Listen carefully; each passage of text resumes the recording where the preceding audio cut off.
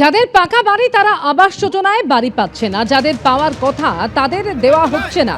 এই অভিযোগে বীরভূমের বৈরেশ্বরের ১ নম্বর ব্লকের গ্রাম পঞ্চায়েতের অফিসে তালা ঝুলিয়ে বাইরে তুমুল বিক্ষোভ দেখানো হয়।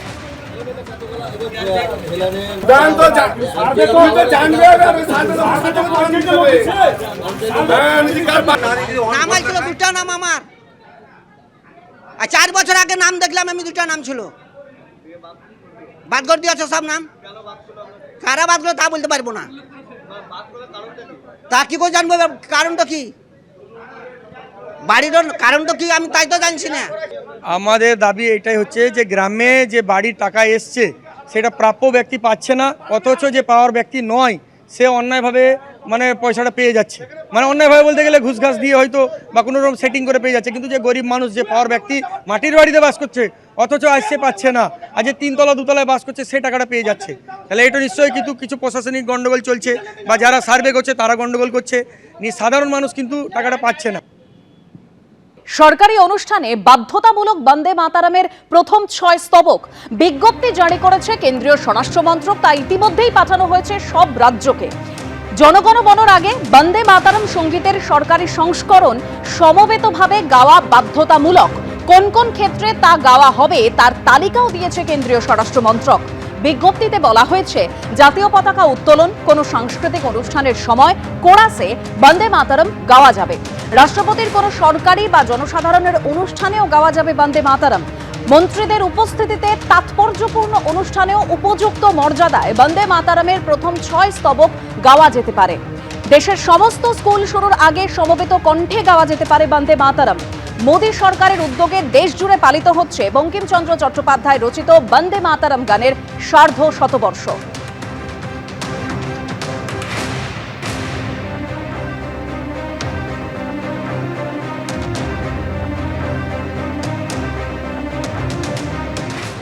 বন্দে মাতরম গানটি রচিত হয়েছিল এই বঙ্গেই। রচনা করেছিলেন ঋষি বঙ্কিমচন্দ্র চট্টোপাধ্যায়, সুর দিয়েছিলেন স্বয়ং রবীন্দ্রনাথ। আজ থেকে 130 বছর আগে এই কলকাতাতে এই জাতীয় কংগ্রেসের অধিবেশনে গানটি গেয়েছিলেন স্বয়ং রবীন্দ্রনাথ ঠাকুর। সেই বন্দে মাতরমের 6টি স্তবক এবার বাধ্যতামূলক করছে কেন্দ্রীয় সরকার। আমরা যেখানে আছি স্কুলে, সেই স্কুলে প্রার্থনার সময় জাতীয় সঙ্গীত এবং রাজ্য সঙ্গীত গাওয়াটা বাধ্যতামূলক। সেই ধারায় এবার সংযোজিত হচ্ছে বন্দে মাতরম গানটিও। 3 মিনিট 10 সেকেন্ড বন্দে মাতরম। স্টেট সং যেটা আছে সেটা 1 মিনিট 59 সেকেন্ড, আবার জাতীয় সঙ্গীত 52 সেকেন্ড। প্রায় 6 মিনিট 1 সেকেন্ডের মতো একটা সময় লাগার কথা। এখন এতটা সময় মর্নিং অ্যাসেম্বলিতে ছেলে মেয়েদের তারা কতটা ডিসিপ্লিন ওইতে থাকবে, এটা একটা চিন্তার বিষয় হয়ে জানাবে হয়তো ভবিষ্যতে আমাদের কাছে। কিন্তু আমরা যেহেতু মধ্যশিক্ষা পর্ষদের অধীনস্থ একটি বিদ্যালয়, পর্ষদ যেমন নির্দেশিকা আমাদেরকে দেবেন আমরা সেটা মেনেই আমরা যথাযথভাবে পালন করব। সেটা অর্থাৎ কেন্দ্রীয় স্বরাষ্ট্র মন্ত্রক ইতিমধ্যে বিজ্ঞপ্তি জারি করেছে এই মর্মে যে সরকারি অনুষ্ঠানে বাধ্যতামূলক বন্দে মাতারামের প্রথম 6 স্তবক। আর এবং এই যে বিজ্ঞপ্তি জারি করা হয়েছে তা পাঠানো হয়েছে সব রাজ্য সরকারকে।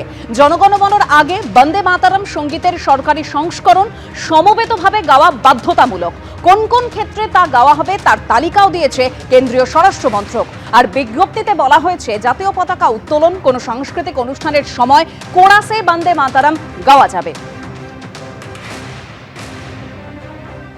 বন্দে মাতরম জাতীয় গান, স্বাধীনতা সংগ্রামের অন্যতম বীজ মন্ত্র, কিন্তু এই সময় দাঁড়িয়ে করার অর্থ ঠিক যেভাবে বিজেপি ভোটের আগে রাম মন্দির করে, কারণ রামচন্দ্রকে ওরা ধর্ম হিসেবে নয় ভোট হিসেবে ব্যবহার করে, একইভাবে এখানেও বাঙালি সেন্টিমেন্ট, বঙ্কিমচন্দ্র, স্বাধীনতা সংগ্রাম, এইসব ইমোশনকে ভোটের স্বার্থে ব্যবহার করছে। ভোট মিটে গেলে দেখবেন বাংলা ভাষায় কথা বলার অপরাধে আবার পেটাবে বাঙালি বলে বাংলাদেশে পাঠিয়ে দেওয়ার হুমকি দেবে। সঞ্জীবনী মন্ত্র হচ্ছে বন্দে মাতরম। বন্দে মাতরমের মধ্য দিয়ে মাকে প্রণাম করা হয়, ভারতবর্ষকে প্রণাম করা হয়। এটা ওয়েলকাম করছি, কার্যকর হওয়ার দাবি রাখছি, অনুরোধ করছি, এবং এটাও বলে রাখছি যে পশ্চিমবঙ্গে এই সরকার কার্যকর করবে না। কোনো প্ল্যানিং নেই, কিচ্ছু নেই। এখনো ওলা ড্রেন দেখতে পাবেন, মাছি উঠছে। এই তো উন্নয়ন। ন্যাশনাল প্রজেক্ট ওদের টাকা আছে, বাংলার জন্য আলাদা করে কোনো টাকা নেই। সবার সেটিং আছে, টিএমসি বিজেপি ও দুজনে মিলে যেটা ঠিক করবে সেটাই। নমস্কার। নির্বাচনের আগে দমদম বিধানসভা কেন্দ্র ঘুরে দেখতে এসেছি। আমিও ঘুরবো, আপনাদেরও ঘোরাবো, আর বোঝার চেষ্টা করব ভোটের হাওয়া ঠিক কোন দিকে ঘুরছে। ওভারঅল দারুণ কাজ হয়েছে। এই 10-এর মধ্যে আমি 1 নম্বর আমি দেবো না। আমাদের এত ডেভেলপমেন্ট হয়েছে, আমাদের কিন্তু কোনো অভিযোগই নেই। যেটা দরকার সেটা আমাদের পাইনি। যতটুকু চাহিদা তার থেকে বেশিই পাচ্ছি। অবশ্যই আমাদেরকে ভাবতে হবে, ভাবতে বাধ্য করাচ্ছে। দমদম বিধানসভা কেন্দ্র দমদম লোকসভা কেন্দ্রের অন্তর্গত। দমদমে মোট 3টি পুরসভা আছে: উত্তর দমদম পুরসভা, দক্ষিণ দমদম পুরসভা আর দমদম পুরসভা। এর মধ্যে দমদম পুরসভার মোট 22টি ওয়ার্ড আর দক্ষিণ দমদম পুরসভার 1 থেকে 17 নম্বর ওয়ার্ড নিয়ে দমদম বিধানসভা কেন্দ্র। গলিতে গলিতে ফ্ল্যাট হয়ে যাচ্ছে। আগে যে রাস্তা ছিল সেই পথে অনুযায়ী কিন্তু এখন এটা রাজপথ। রাস্তাঘাটে তো প্রচুর ক্লেম আছে। রাস্তা কোনো খানাখন্দ নেই, প্রচুর খারাপ অবস্থা। অল্প বৃষ্টিতে গোটা দক্ষিণ দমদম পৌরসভা অঞ্চল জুড়ে জলের তলায় চলে যায়। বৃষ্টির উইদিন 10 মিনিটসের মধ্যে জলটা কিন্তু পুরোপুরি নেমে যায়। হাঁটু পর্যন্ত জল থাকেই। একটা বড় সড়ো অ্যাক্সিডেন্টও হয়েছে। খুব একটা যে ভালো পরিস্থিতি ওরকম নয়। এখানে পরিষ্কার পরিচ্ছন্ন নিয়মিত করা হয় না। নিকাশি ক্ষেত্রে তো এখন জল জমে না। এখানে বর্ষাকালে আগে বন্যা হতো। গোটা সিস্টেমটা দাঁড়িয়ে আছে দুর্নীতির ওপরে, গোটা দলটা দাঁড়িয়ে আছে দুর্নীতির ওপরে। দু একটা জায়গায় খারাপ আছে, কোনো সন্দেহ নেই, কিন্তু তার টাকা এসে গেছে, পথশ্রী কাজ শুরু হয়ে গেছে। আমরা বহুবার অভিযোগ জানিয়েছি, কাউন্সিলর থেকে শুরু করে বিধায়ক, এমপি সবাইকে জানানো হয়েছে। বিগত 15 বছর ধরে সেই কোনো সুরাহা আমরা আজ পর্যন্ত পাইনি। প্রাপ্তবাবু শিক্ষামন্ত্রী তো, ওনার এই কনস্টিটুয়েন্সির মধ্যে এরকম অজস্র উদাহরণ আছে, প্রায় দুর্নীতির চূড়াতে বসে আছেন উনি। দুর্নীতি একটা রাজনৈতিক শব্দ। বিজেপিতে থাকলে যতক্ষণ বিরোধী দলে আছে সে দুর্নীতিগ্রস্ত। যে মুহূর্তে জামা পাল্টে বা জার্সি পাল্টে সে বিজেপিতে চলে যাচ্ছে, সে মুহূর্তে সাধু হয়ে যাচ্ছে। দলটা করেছে পয়সা তুলতে, ফ্ল্যাট করতে গিয়ে টাকা, পুরো নিয়োগ দুর্নীতিতে টাকা। এবারে ওরা তো টিকে আছে টিএমসি বিজেপি বাইনারির মধ্যে দিয়ে। এই বাইনারিটার অবসান হতে চলছে 26 সালের ভোটের মধ্যে দিয়ে। দমদম বিধানসভা কেন্দ্রের নির্বাচনী ইতিহাস বলছে 1951 সালে অর্থাৎ প্রথম নির্বাচনে দমদম বিধানসভা কেন্দ্রে জয়ী হয়েছিলেন জাতীয় কংগ্রেস প্রার্থী কানাইলাল দাস। মোট 10টি নির্বাচনে দমদম কেন্দ্রটি বামপন্থীদের হাতে গিয়েছিল। তারপর 2001-এ অরুণাভ ঘোষ প্রথমবার তৃণমূলকে এই কেন্দ্র থেকে জয়ের স্বাদ এনে দেয়। 2011, 2016 এবং 2021 এই 3টি নির্বাচনে তৃণমূলের টিকিটে টানা ব্যাটিং করে দমদম বিধানসভায় ম্যান অব দ্য ম্যাচ হওয়ার হ্যাটট্রিক করে ফেলেছেন কিন্তু শ্রী ব্রাত্য বসু।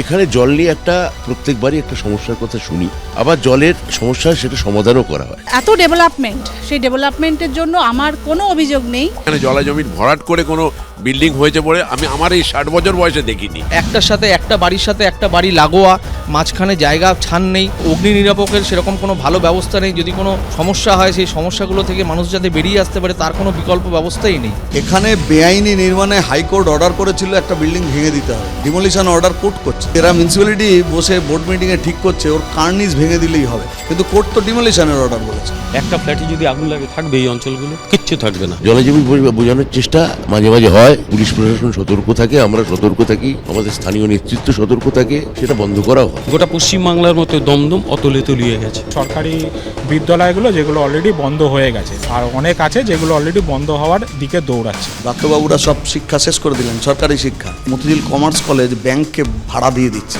ছাত্রছাত্রী নেই, ভাড়া দিচ্ছে।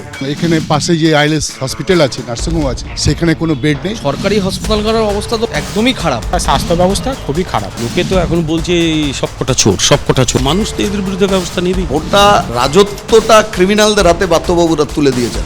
2026-এর নতুন কিছু ভাবনা আমরা অবশ্যই ভাবব। 100 দিনের টাকা দেয়নি, কাজের টাকা দেয়নি, এনার্জিএসের টাকা দেয়নি, আবাস যোজনার টাকা দেয়নি, সমস্ত টাকা আটকে রেখেছে। কেন্দ্রীয় বঞ্চনার অভিযোগ এরা তোলে কারণ নিজেদের অন্যায়গুলোকে লেজিটিমাইজ করতে।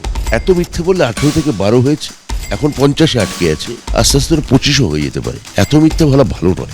দুরন্ত ঘূর্ণির মতো ঘুরলাম সারাটা দিন দমদমের এ প্রান্ত থেকে ও প্রান্ত, চষে ফেলেও দম এখনো কিন্তু ফুরোয়নি। তবে সময় তো ফুরিয়ে গেছে। আজ এখানেই আমার সফর শেষ করতে হচ্ছে। আপনারা দেখতে থাকুন তারকার চোখে তারকা কেন্দ্র। চোখ রাখুন শুধুমাত্র এবিপি আনন্দ। এবিপি আনন্দ, এগিয়ে থাকে, এগিয়ে রাখি।